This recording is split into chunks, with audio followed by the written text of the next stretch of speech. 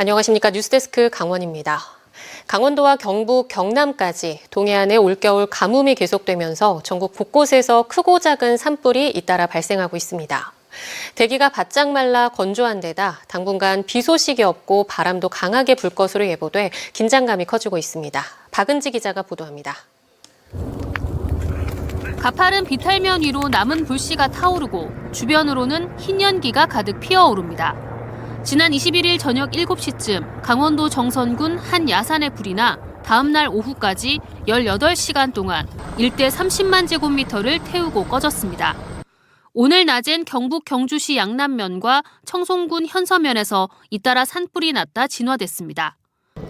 겨울철 건조한 날씨가 계속되면서 올해 강원도에서만 15건의 산불이 발생했는데 이 가운데 10건이 동해안에 집중됐습니다. 강원 동해안의 지난달 평균 강수량은 18.1mm로 평년의 절반에도 못 미쳤고 이달은 고작 1.1mm에 그쳤습니다. 영동 북부는 올 들어 건조특보가 내려진 날이 40일을 훌쩍 넘습니다. 산불 위험이 고조되면서 강원도는 지난달부터 산불 방지 대책본부를 조기 가동하고 강원 동해안에 중대형 헬기 8대를 집중 배치해 대응에 나섰습니다. 산불이 나더라도 대형 산불로 확산되지 않도록 하는 게 저희 산불센터의 역할이라고 생각을 합니다. 그래서 일단 산불 신고 접수가 되면은 우선적으로 저희가 그 임차 헬기를 같이 이륙을 시킬 거예요. 더욱이 강원 영동 지역은 매년 봄철이면 양간지풍 또는 양강지풍이라 부르는 태풍급 강풍 위험도 높아집니다. 25일 오전부터 26일 오후까지 강원 동해안과 산지는 순간 풍속 25m/s 이상으로 매우 강한 바람이 불면서 강풍특보가 발표될 가능성이 있습니다. 당분간 비 소식 없이 겨울 가뭄이 길어지는 가운데 산림청은 강원 지역 산불 재난 국가 위기 경보를 주의 단계로 상향 발령했습니다. 이번 주 동해안과 산지를 중심으로 바람도 강해질 것으로 보여 봄철 대형 산불에 대한 관계 당국의 긴장감도 높아지고 있습니다. MBC 뉴스 박은지입니다. 뇌물수수 혐의로 구속된 심규원 동해시장의 첫 재판을 열흘 전 단독 보도해드렸는데요. 법원이 심 시장의 구속기간을 연장한 것으로 확인되면서 구속 상태로 재판에 넘겨진 기간도 벌써 50일이 지나갑니다. 그런데 심 시장은 동해 시민을 대상으로 공식 입장문조차 내놓지 않고 있습니다. 이준호 기자가 취재했습니다. 심규원 동해시장은 지난해 12월 말에 구속 상태로 재판에 넘겨졌습니다. 검찰이 심 시장에게 적용한 범죄 혐의는 뇌물수수입니다. 부산에 연고를 둔 한 수산물 업체와 동해에 사업장을 둔 시멘트 회사 측에서 뇌물을 받은 정황이 포착됐기 때문입니다. 이에 따라 심 시장의 첫 재판이 지난 14일에 열렸습니다. 이날 재판에 출석한 심 시장은 검찰 주장에 명확한 입장을 내지 않았습니다. 검찰이 제시한 자료를 검토하는데 시간이 더 필요하다는 겁니다. 시민들은 재판을 통해서 간접적으로라도 시장의 명확한 입장을 듣지 못하자 답답하다고 말합니다. 이후에도 동해시청 등을 통해 시장의 공식 입장문이 공개된 걸 못 봤기 때문입니다. 적지 않은 시민들은 지난 3차례 연이어 시장에 당선시켜준 유권자에게 최소한의 예의라도 지키라고 비판합니다. 명쾌하게 밝혀야 할 부분들 밝혀야 되고 그리고 또 그런 부분에서 내가 왜 이래야 되는지 어떻게 이랬는지에 대해서는 명확히 얘기를 해줘야 되는데 구치소에 있더라도 최소한 자필 편지를 통해 직접 공식 입장을 내놓을 수 있다는 겁니다. 자기 소신을 밝히든지 뭐를 해야 하는데 아무 대답 듣고 있고 나라도 무정부, 동해시도 무정부 참 나라 꼴이 이게 어떻게 되려고 그러는지 참. 시민들이 우려하는 선출직 시장의 공백 사태는 당분간 이어질 걸로 보입니다. 법원은 1심 선고가 나오기 전에 구속기한을 2달씩 2번까지 연장할 수 있습니다. 심 시장의 변호를 맡은 한 법무법인은 시장의 구속기한이 한 차례 연장되었다고 취재진에게 밝혔습니다. 여기에다 동해 시민들의 시장 공백 사태는 향후 1심 선고의 결과와 항소 여부에 따라 더욱 길어질 가능성도 배제할 수 없습니다. MBC 뉴스 이준호입니다.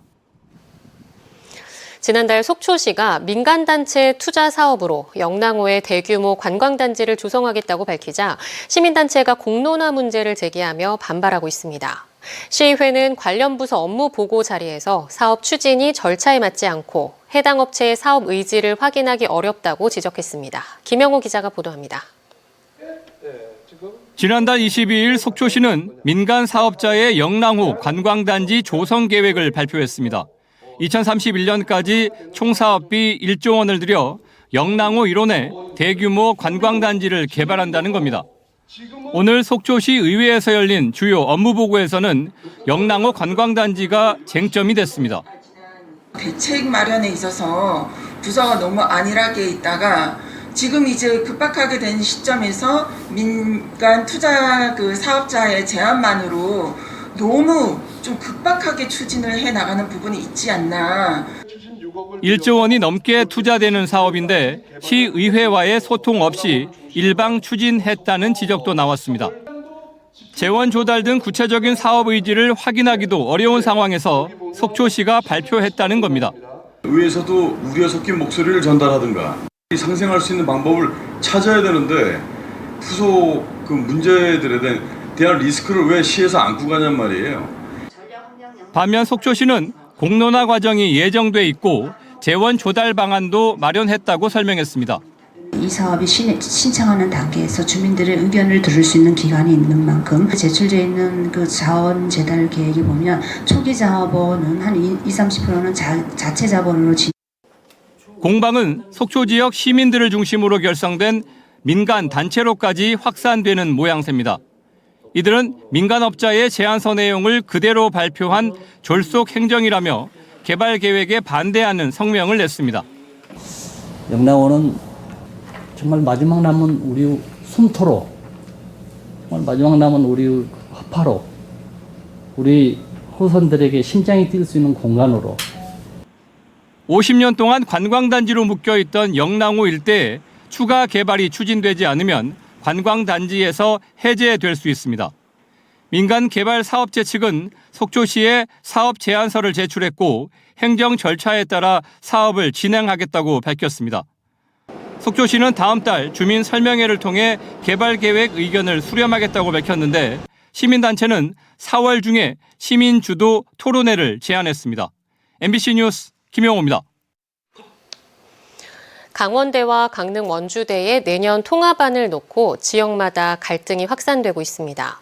강릉에선 시민단체들이 대학 측의 설명회 참석을 거부해 만남이 무산된 데다 시의원까지 통합 반대 의견을 냈고 삼척에선 동문들과 시민단체들이 반대하고 나섰습니다. 김인성 기자가 보도합니다. 지난 20일 강릉 지역 시민단체가 강원대와 강릉 원주대의 일방적 통합에 반대한다며 집회를 연 데 이어 이튿날 열릴 예정이었던 강릉 원주대와의 간담회도 거부했습니다. 간담회 무산 직후부터 주말 사이 시내 곳곳에는 통합에 반대한다는 펼침막들이 내걸렸습니다. 강릉 원주대 강원대 통폐합 범시민 대책위원회는 성명을 내고 강력한 투쟁을 예고했습니다. 인정하는 것밖에 되지 않지 않겠느냐, 이런 얘기들이 나와서 저희가 이제 설명회는 참석하지 말고 학교 측에서 해결을 못하면 우리 그 범시민 대책위원회가 나서서 이 부분을 교육부에 좀 전달을 해야 되겠다. 이들이 우려하는 건 크게 세 가지입니다. 우선 중복 유사학과에 대한 계획 없이 통합이 추진되면서 훗날 강릉 캠퍼스의 축소로 이어질 거란 겁니다. 강릉 원주대 인문대학 7개 학과 모두 강원대에도 있고 행정, 경제, 관광 관련 학과는 강원대 춘천과 삼척 캠퍼스에도 있어 20개 넘는 학과가 중복되거나 유사합니다. 강릉 캠퍼스의 직원 감소도 시민들이 우려하는 부분입니다. 대학혁신전략실이라는 구조를 새로 만들어야 되기 때문에 거기에 배치되는 부서와 인원을 생각하면 춘천과 강릉은 안 줄어들 수는 없습니다. 어느 정도 줄어드느냐가 이제 관건이고요. 통합 강원대는 강릉에서 19명, 춘천에서 30명 직원을 줄여 원주 11명, 삼척에 3명 더 늘리고 대학혁신전략실을 신설해 35명을 배치한다는 계획입니다. 그런데 전략실이 사실상 춘천에 생기는 만큼 결과적으로 강릉만 직원이 줄어들게 됩니다.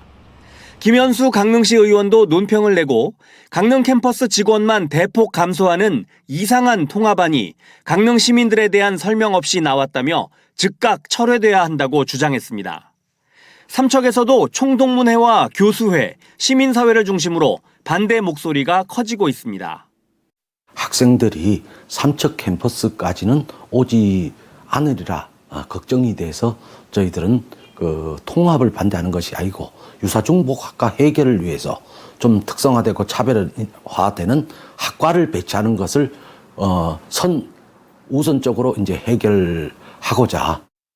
인구 감소로 위기에 빠진 대학을 살리기 위한 교육 정책의 방향에 대해선 강릉과 삼척 단체들 모두 일정 부분 공감하고 있다고 밝혔습니다. 따라서 지역사회의 설명이나 설득 절차 없이 통합을 추진하는 게 갈등의 핵심으로 보입니다. 강릉의 시민단체는 이번 주 내로 임시총회를 열고 투쟁 방안을 논의할 계획입니다. MBC 뉴스 김인성입니다. 지난 2017년 MBC를 비롯한 지상파 3사가 기존 HD 방송보다 4배 선명한 화질의 초고화질 UHD 방송을 세계 최초로 시작했습니다. 하지만 8년이 지난 지금 지상파를 통해 UHD 방송을 보는 사람이 전국의 1%도 안 된다는 조사가 나왔는데요. 오늘 국회에서는 관련 토론회가 열려 지금이라도 UHD 정책을 완전히 바꿔야 한다는 주장이 제기됐습니다. 권윤수 기자입니다. 2017년 5월 MBC를 비롯한 지상파 3사가 시작한 세계 최초의 초고화질 UHD 방송. 화질이 선명하고 음향도 입체적이어서 몰입감이 높아 방송계의 파란이 예상됐습니다. 하지만 8년이 지난 지금 UHD 방송을 보는 가정은 1%도 안 되는 걸로 추산됐습니다. 오늘 국회에서 열린 UHD 방송 정책 개편을 위한 토론회에서는 지금이라도 원인을 정확하게 분석하고 정책 개편을 논의하자는 의견이 나왔습니다. 수면으로 올려서 이 정책을 계속 가져갈 건지 아니면 폐지를 할 건지 아니면 어떤 절충을 할 건지 자율에 맡길 건지 이런 논의를 좀 시작해야 될 시기라고 생각을 했어요. 지상파 UHD가 제대로 정착하지 못한 원인은 다양합니다.